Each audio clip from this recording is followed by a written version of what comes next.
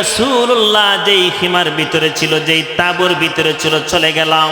গিয়া দেখলাম রাসূলুল্লাহ সিজদাত পড়ে আল্লাহর কাছে দোয়া করে, ইয়া হাইয়ু ইয়া কাইয়ুম, ইয়া হাইয়ু ইয়া কাইয়ুম, আল্লাহুম্মা ইয়া হাইয়ু ইয়া কাইয়ুম।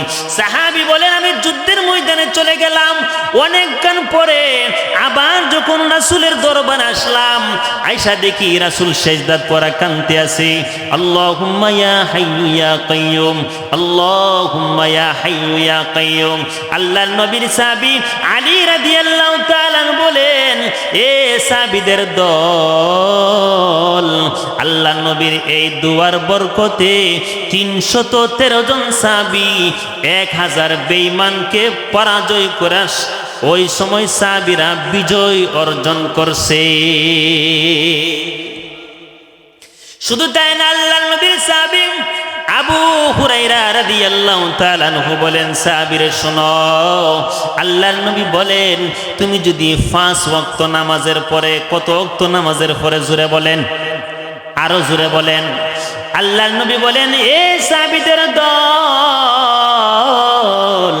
5 ওয়াক্ত নামাজের পরে যদি আয়াতুল কুরসি তেলাওয়াত করো, ফজরের পরে তুমি আয়াতুল কুরসি তেলাওয়াত করলা, জোহর, এশা, আসর, মাগরিবের পরে যদি 5 ওয়াক্ত নামাজের পরে যদি তুমি আয়াতুল কুরসি তেলাওয়াত করো, আল্লাহর নবী বলেন, লাম ইয়ামনাউহু মিন দুখুলিল জান্নাহ।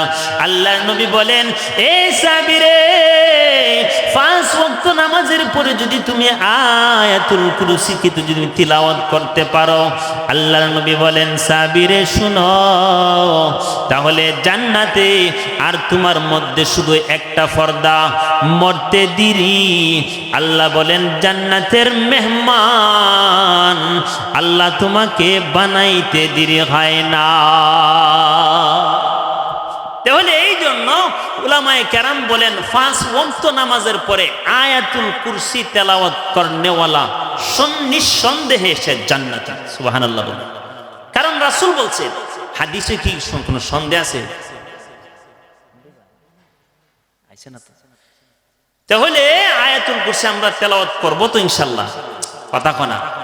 একদিন রাসূলুল্লাহ সাল্লাল্লাহু আলাইহি ওয়াসাল্লাম একজন সাহাবী আবু হুরায়রা রাদিয়াল্লাহু তাআলা আনহু, তিনিকে দিছে দায়িত্ব দিছে, কিরে আবু হুরায়রা, জি ইয়া রাসূলুল্লাহ, কো এখানে সদকার মাল আছে। কিসের মাল আছে? আরেক বর্ণনাতে আছে যাকাতের মাল, খেজুর, এই একটাও দিছে। সাহাবীরে বলেন, এ সাহাবী, তুমি এটি পাহারা দিও রাত্রিবেলা। কি দিও? আর হুজুরে, সাহাবী পাহারা দিতেছে, হঠাৎ করে দেখে কেডা জানে এই মাল লয়ে যেতেছে। কি করতে আছে? মাল নেগা দৌড়ে গেছে, এই কাটারে ধরছে। আমার সেরা তো, আমি খুব অসহায় মানুষ, কিচ্ছু নাই, আমি আর আইতাম না, এই সেই কাকুতি মিনতি শুরু করছে। আবু হুরায়রা রাদিয়াল্লাহু তাআলা আনহু মিসকিন, অসহায় দেখলে ওনার খুব দয়া লাগতো, কারণ উনি নিজেই অসহায় আছেন, এমন অসহায় আছেন কিচ্ছু খাইতে পারতো না। মসজিদে নববীর বারিন্দার ফয়রা সাইতেই তো মানুষ ভাবতো বিজি মিরহিব ইমাম হইছে, এই জন্য গলা ফাড়া দিত, আসলে ফেডের খিদায়ে ফয়রা সাইতেই। এই জন্য উনি পরবর্তীতে এত ধনী হয়েছে, রেশমি কাপড় দিয়া নাক ফুসত। কি কাপড় দিয়া? সুবহানাল্লাহ কইতেন না, এত সম্পদশালী হয়েছিল। উনি যেই সময় পাহারা দিতেছে, যখন আমার কিচ্ছু নাই, আর আইতাম না, জিন্দিগি তো আমার ছেড়ে দো, কোনা তোরা সাহাবীর নবীর কাছে নিমু, কোনা না, আমি আর আইতাম না, ছেড়ে দিছে। কারণ গরিবরা যে কি পরিমাণ কষ্ট করে ওনার তো জানা আছে, কথা কোনা।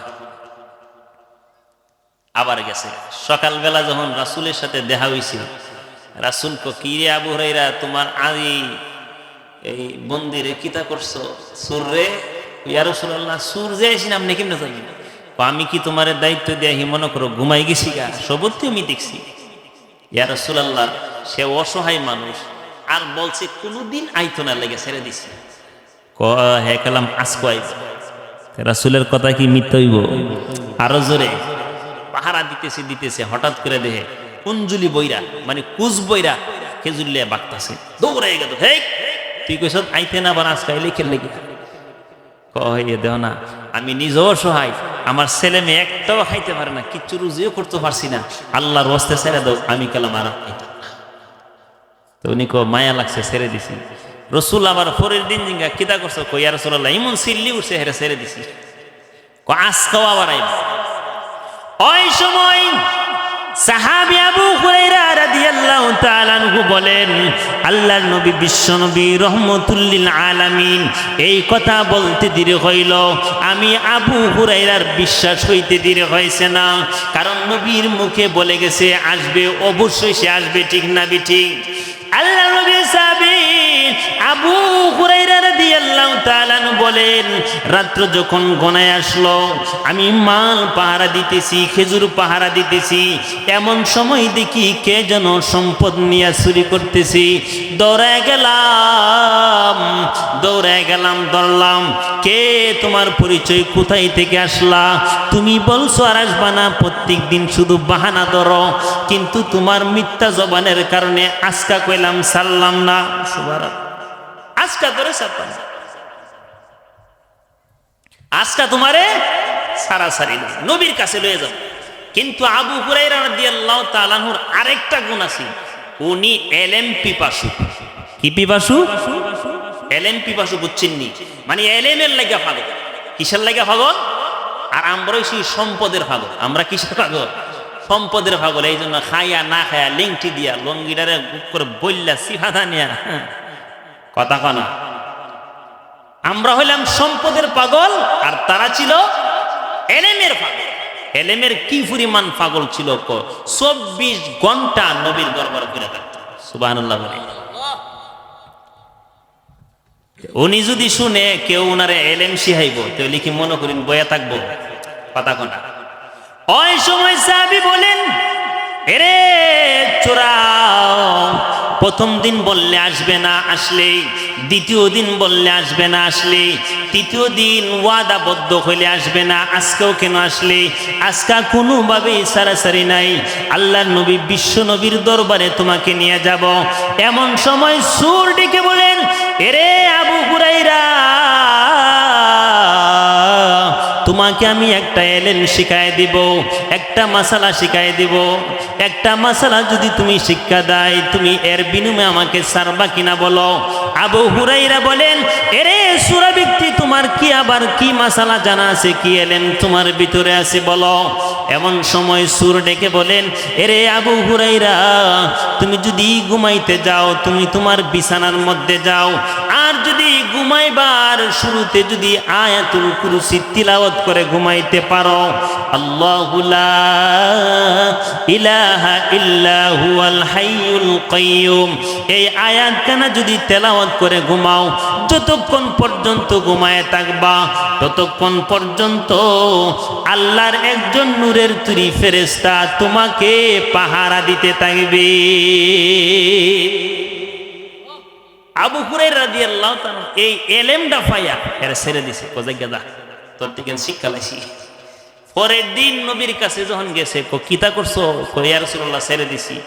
সাল্লাকের লাগা ইয়া রাসূলুল্লাহ, এর যখন দর্শি এক বলে একটা এলেম শেখ, এলেম শিখানির বদলতে হেরে ছেড়ে দিছি। নবী কিতা শিখাইছে?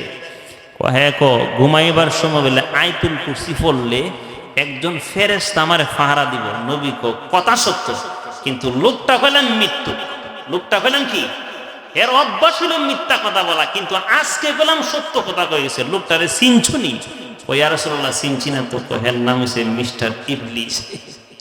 মিস্টার, তাহলে আমরা যদি জিন এবং মানবরূপী সকল শয়তান থেকে যদি হেফাজত থাকতে চাই, আমাদের সম্পদ যদি চুরি না হোক আমরা চাই, তাহলে কি আমল করতে হইব? আর যদি চাই মরলেও আমি জান্নাতে যেতাম গা, কি আমল করতে হইব? নামাজ পইরা না পইরা। আল্লাহ পাক আমাদের সকলকে এই সংক্ষিপ্ত কথাগুলা বুঝার আমল করার তৌফিক দান করুন।